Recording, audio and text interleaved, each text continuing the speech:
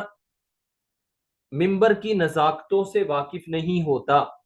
کہ اگر میں یہاں کوئی ایسی بات کر دوں کہ جو کرنے کی نہیں تھی، یا یہ موقع اس بات کا نہیں تھا، یا اگر بات کرنی بھی تھی تو جو جس انداز سے بات کی گئی وہ انداز مناسب نہیں تھا، تو چونکہ ابتدائی خطیب کے لیے جو تقریر سیکھنے والے مبتدی حضرات ہوتے ہیں ان کے لیے چونکہ حالات حاضرہ پر پہلے سے کبھی انہوں نے تبصرہ نہیں کیا، نہ ہی ان کی اتنا گہرائی کے ساتھ نظر ہوتی ہے، اور نہ ہی وہ اپنے سامعین کے مزاج سے پوری طرح واقف ہوتے ہیں، تو اس میں ان سے کافی غلطیاں ہو جاتی ہیں۔ مثلا اس نے حالات حاضرہ پر کوئی بات کرنی ہے اور کہا کہ آج کل لوگ نماز نہیں پڑھتے، یہ لوگ باہر بازاروں میں یوں پھرتے رہتے ہیں،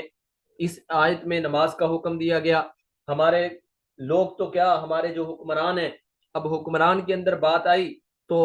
جس پارٹی کی حکومت ہے اس کا نام لے دیا کہ فلاں جو پارٹی کا وزیر اعظم صاحب ہے ان کا نام یہ ہے، وہ تو کبھی نماز پڑھتے کبھی کسی نے دیکھا ہی نہیں، سوائے عید بقرعید پہ یا رمضان المبارک میں کبھی وہ جمعہ پڑھ لیں تو اس کی کوئی ویڈیو سامنے آ جاتی ہے۔ تو جب ہمارے حکمران اس طریقے کے ہیں، جب یہ فلاں وزیر اعظم ایسا ہے، تو اس طرح کے جب حالات پر وہ تبصرہ کرے گا اور خاص پارٹی کا نام لے کے اس کے لیڈر کو جب وہ ہدف بنائے گا، نشانہ بنائے گا، اس کی عزت پر بات کرے گا، تو اس کے سامعین کے اندر وہ لوگ جو اس پارٹی سے تعلق رکھتے ہیں وہ اس خطیب صاحب سے متنفر ہو جائیں گے، وہ اگلی بار اس کا بیان سننے، اس کے پیچھے جمعہ پڑھنے کے لیے نہیں آئیں گے، اور بعض تو اس قدر جذباتی ہوتے ہیں کہ اسی وقت کھڑے ہو کے کہنے لگ جاتے ہیں امام صاحب آپ کیسی باتیں کر رہے ہیں،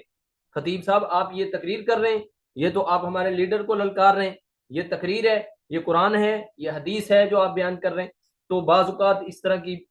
باتیں سن کر جو ابتدائی خطیب ہوتا ہے اب اس کا بالکل تجربہ نہیں چکے، تو وہ حالات پر پوری طرح کنٹرول نہیں کر پاتا، اور بعض اوقات ایسا ہوتا ہے کہ کبھی اس طرح کے اگر حالات بگڑ بھی جائیں تو وہ خود آپے سے باہر ہونے لگ جاتا ہے، غصہ بہت زیادہ دکھاتا ہے، جس کی وجہ سے پوری مسجد کا ماحول ایک جنگ کی شکل اختیار کر لیتا ہے۔ تو بہتر یہ ہے کہ ابتدائی خطیب، میں مشورہ دیا کرتا ہوں کہ کم از کم آپ کی خطابت کو 5 سال گزر جائیں، یہ کم از کم بات کر رہا ہوں، جس وقت آپ کو اچھے انداز سے پتہ چل جائے اچھی طرح کہ میرے سامعین کا مزاج کس طرح کا ہے، ان سامعین میں کس طرح کے لوگ زیادہ ہیں، یعنی کس پارٹی سے تعلق رکھنے والے جو لوگ زیادہ ہیں اور وہ کس طرح کی گفتگو کرنے کو پسند کرتے ہیں، تو پھر آپ ان کے سامنے حالات حاضرہ پر گفتگو کر سکتے ہیں۔ ابتدا میں آپ نے حالات حاضرہ پر بات نہیں کرنی۔ ایک اور بات، آپ نے جس وقت مضافات شہر میں بیان کرنا ہو تو اس کے مواد کے لیے، اس کے مواد میں جس ٹاپک پر آپ بات کر رہے ہیں، مثال کے طور پر نماز کی اہمیت پر آپ نے بتانا ہے، تو آپ بتائیں گے کہ پاکستان کے اندر کتنی تعداد ایسی ہے جو 5 وقتہ نمازی ہے، اور کتنی تعداد ایسی ہے جو ایک بھی نماز نہیں پڑھتی، اور کس قدر کس قدر افراد ایسے ہیں جو صرف فجر کی نماز پر اکتفا کرتے ہیں، کتنے فیصد لوگ ایسے ہیں جو صرف جمعہ کی نماز کے لیے آتے ہیں، پورا ہفتہ کوئی نماز نہیں پڑھتے، اور کتنے ایسے افراد ہیں جو صرف عیدین پڑھتے ہیں، اس کے علاوہ پورا سال کوئی اور نماز وہ ادا نہیں کرتے۔ تو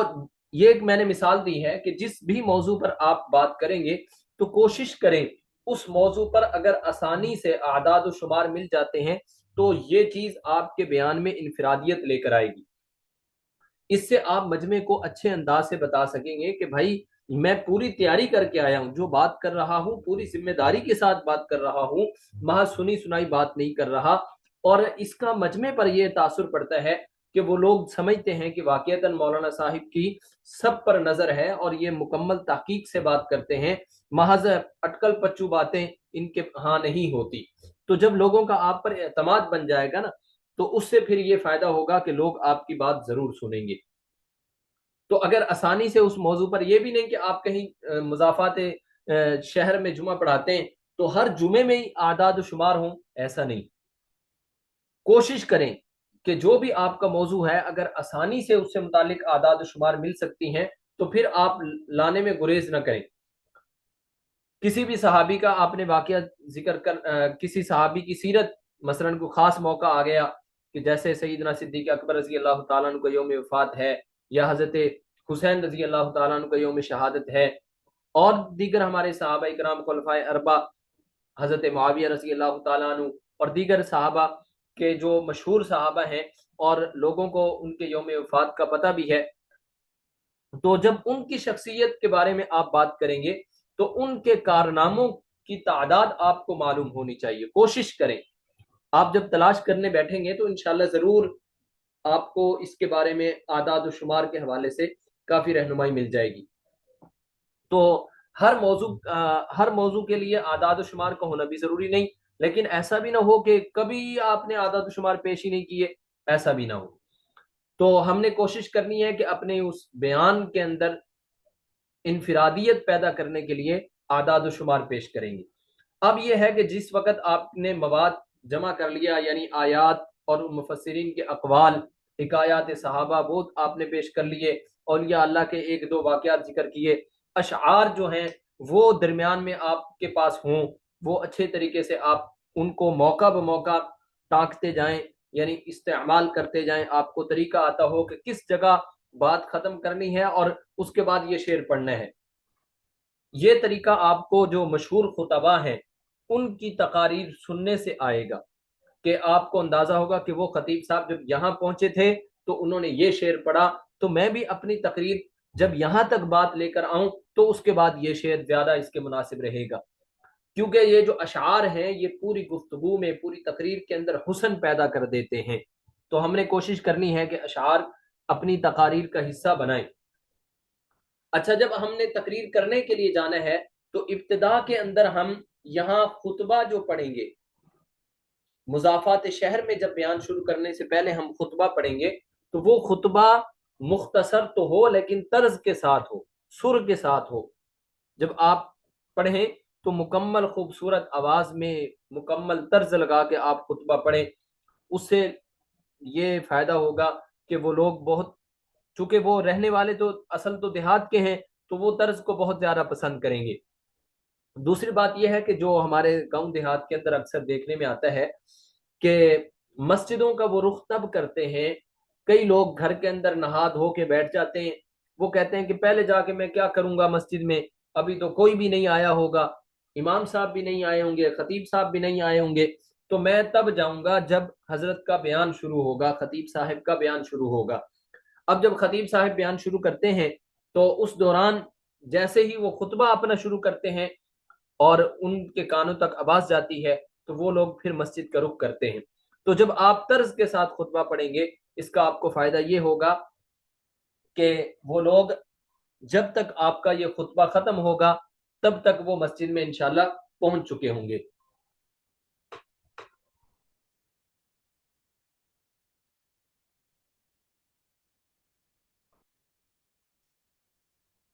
تب تک وہ لوگ مسجد میں آ چکے ہوں گے۔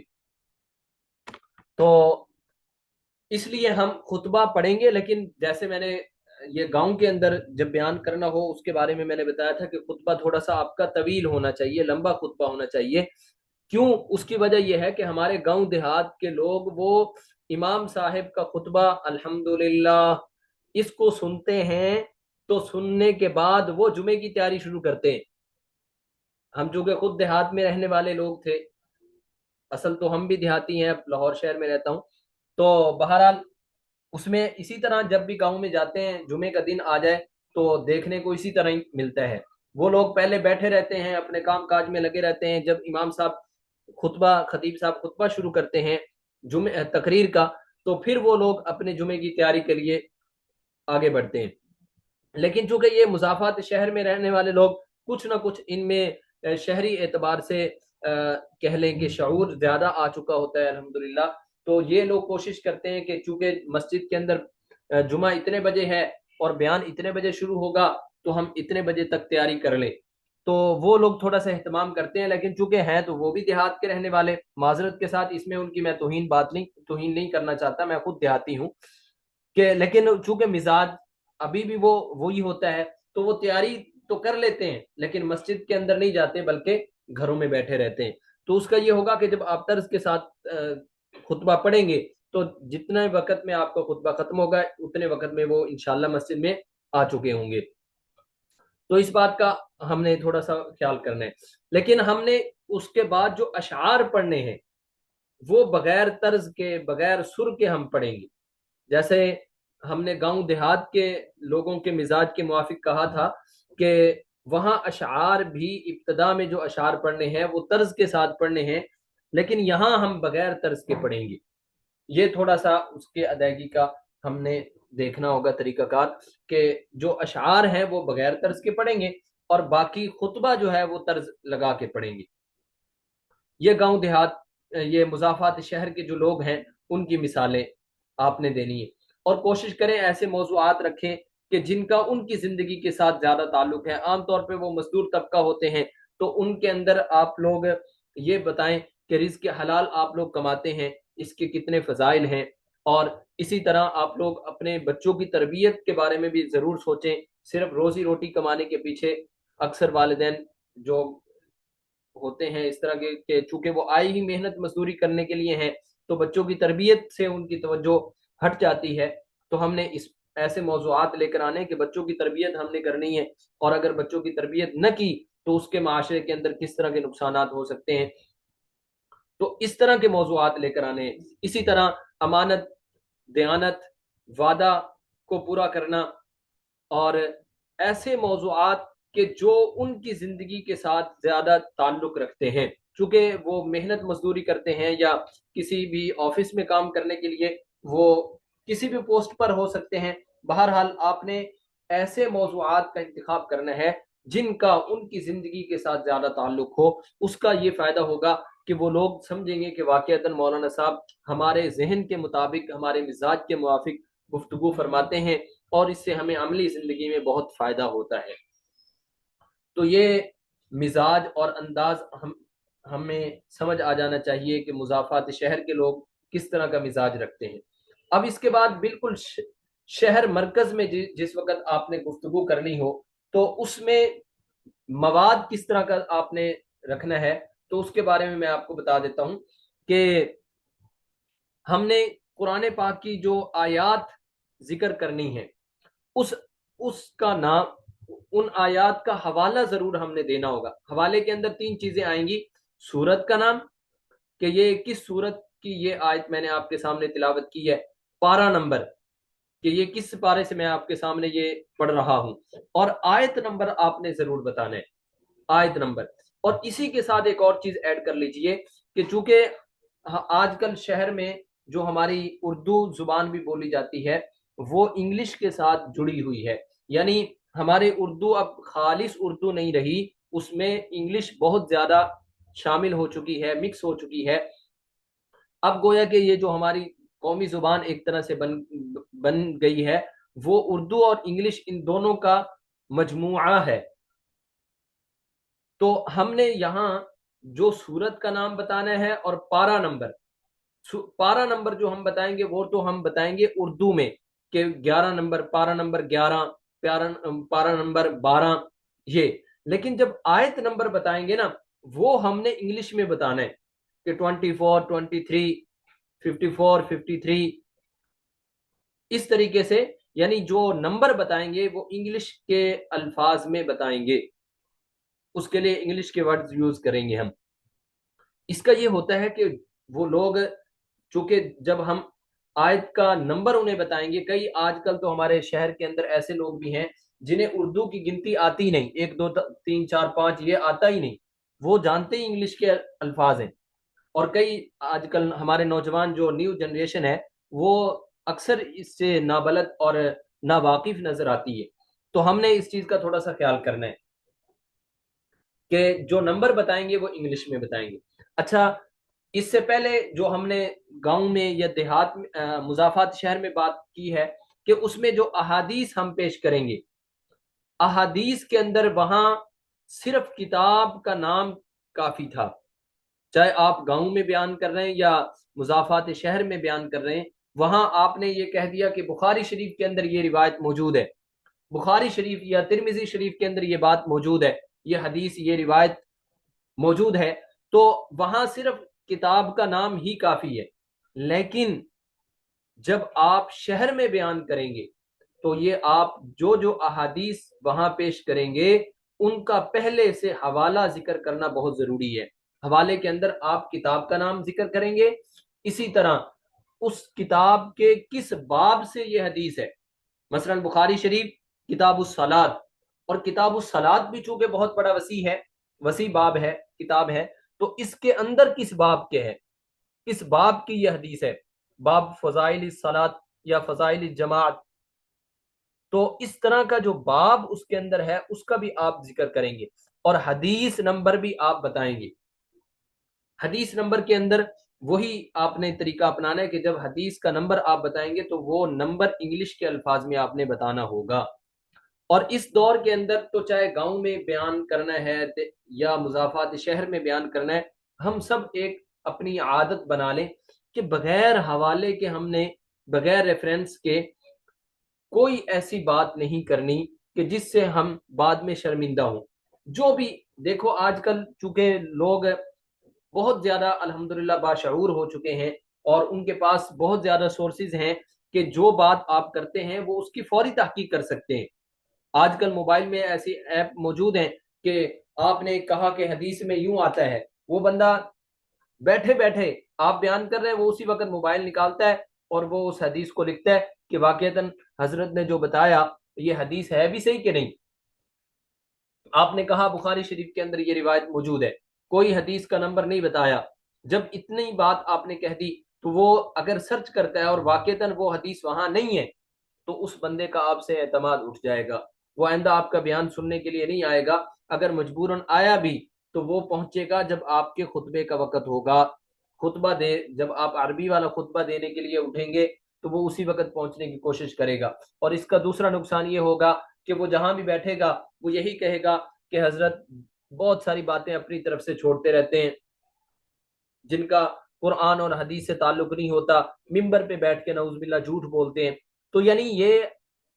جس وقت آپ بغیر حوالے کے بات کرتے ہیں یا غیر مستند بات کرتے ہیں تو یہ آپ کی بے عزتی کا سبب بن سکتی ہے۔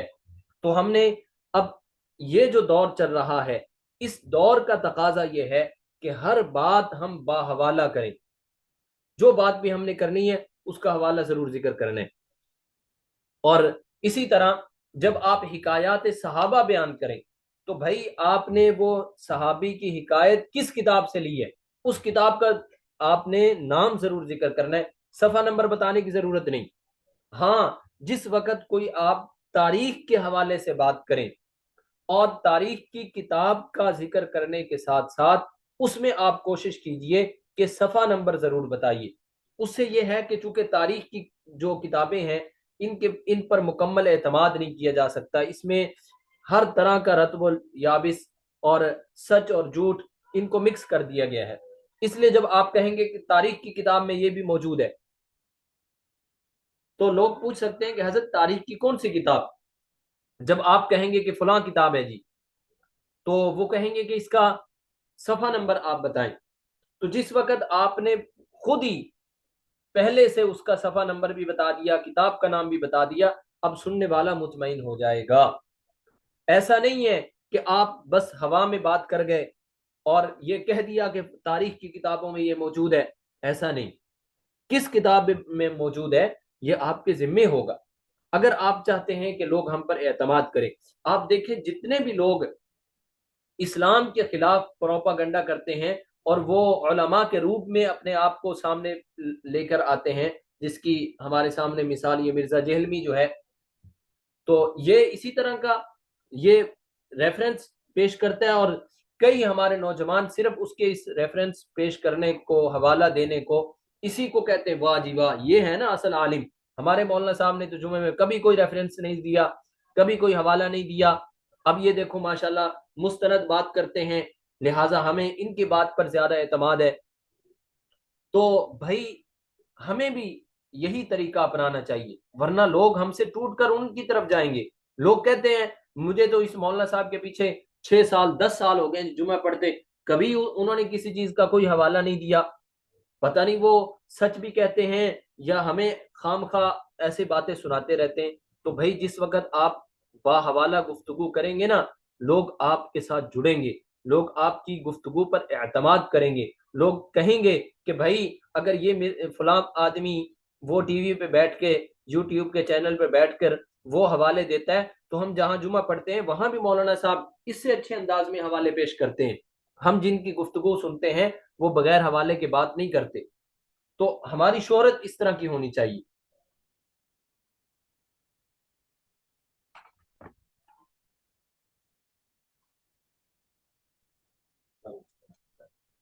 السلام علیکم. میں نا وہ میری آن لائن کلاس چل رہی ہے، میں سبق پڑھا رہا ہوں.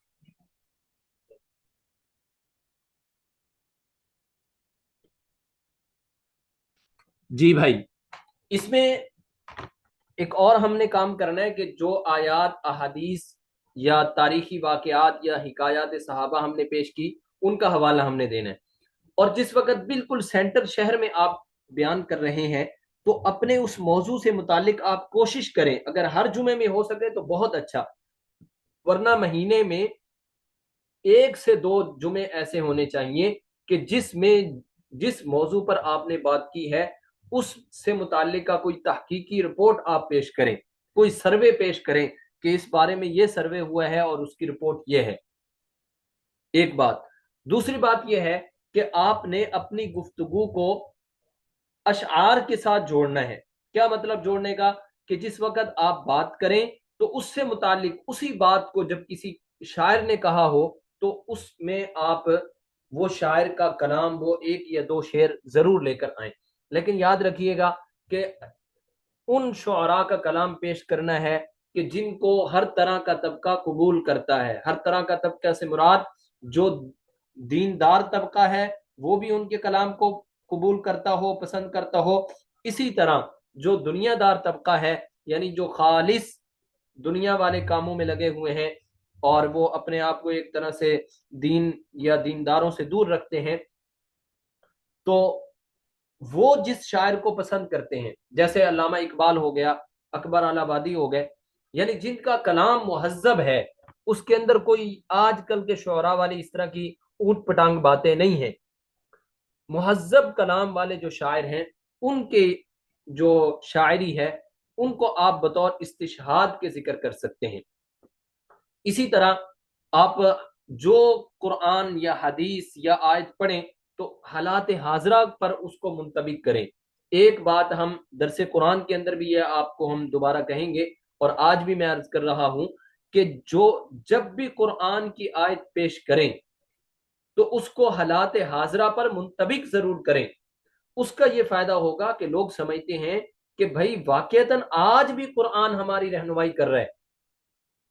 یہ 1400 سال پہلے نازل ہونے والی کتاب صرف اس وقت جو اولین ان قرآن کے مخاطب تھے صرف یہ انہی کے لیے نہیں اتری، بلکہ یہ تو قرآن قیامت تک انسانوں کے لیے رہنما کتاب ہے.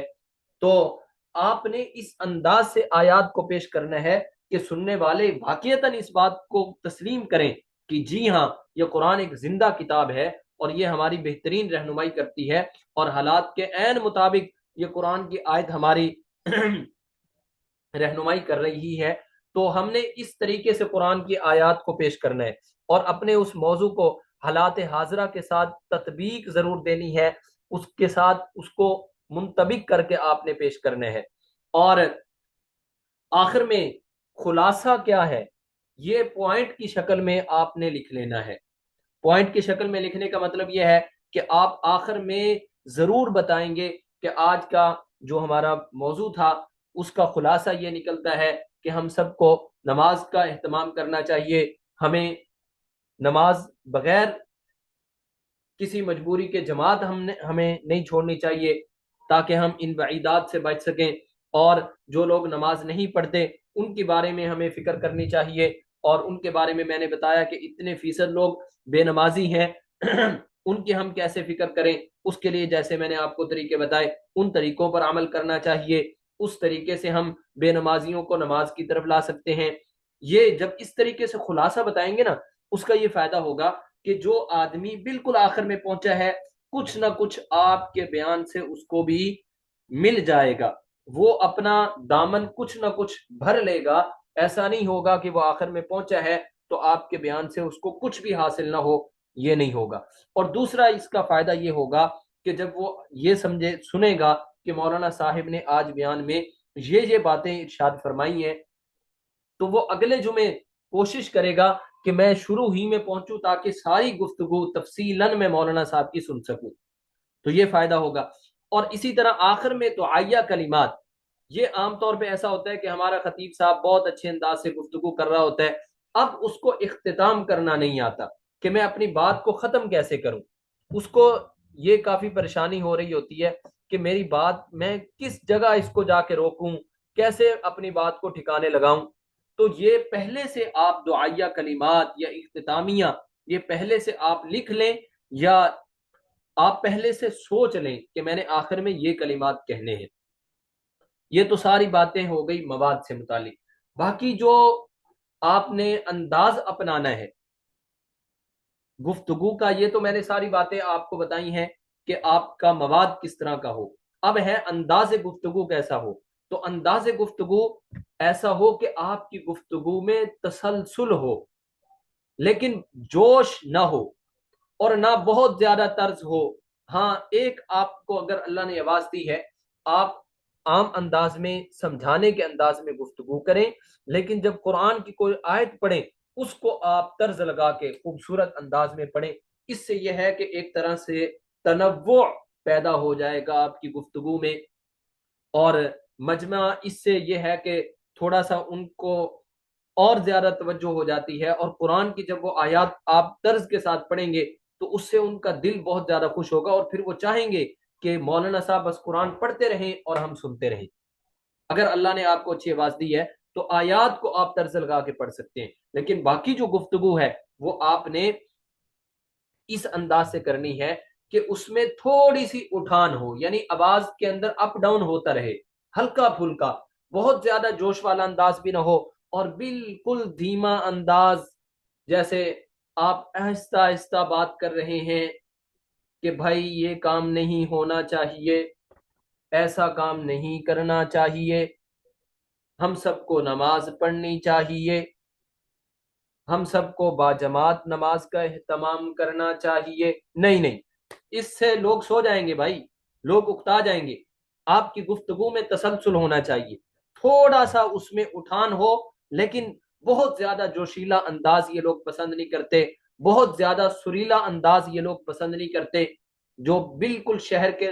بیچ رہنے والے لوگ ہوتے ہیں ان کا مزاج میں آپ کے سامنے عرض کر رہا ہوں. اب آپ نے آغاز کیسے کرنا ہے؟ تو آغاز میں آپ نے جو خطبہ پڑھنا ہے وہ ہلکی پھلکی طرز کے ساتھ، بہت زیادہ سر کے ساتھ کہ ایک ایک لفظ کو کھینچے جا رہے ہیں آپ، ایسا نہیں کرنا. بالکل مختصر خطبہ ہو، منفرد خطبہ ہو، اور آپ کے خطبے میں ہلکی پھلکی طرز ہو. جیسے آپ یوں پڑھ سکتے ہیں: الحمدللہ الحمدللہ وکفى وسلام على عباده الذين اصطفى اما بعد فاعوذ باللہ من الشیطان الرجیم بسم اللہ الرحمن الرحیم. اب یہ ہلکی پھلکی طرز، ہلکا پھلکا سر، اور آپ قرآن کی آیات پڑھیں. خطبہ آپ اچھا، اگر آپ شروع میں اشعار پڑھنا چاہتے ہیں تو اشعار بھائی گھسے پٹے نہ ہوں، گھسے پٹے اشعار نہ ہوں. کیا مطلب گھسے پٹے کا؟ کہ وہ اشعار جو بہت زیادہ لوگوں کی زبانوں پر چل چکے ہیں، ہر بندے کو وہ شعر آتا ہے، وہ نہیں پڑھیں. جدید اشعار لے کر آئیے. جدید اشعار سے یہ مراد نہیں کہ موجودہ دور کے جو شاعر ہیں انہی کا کلام ہی جدید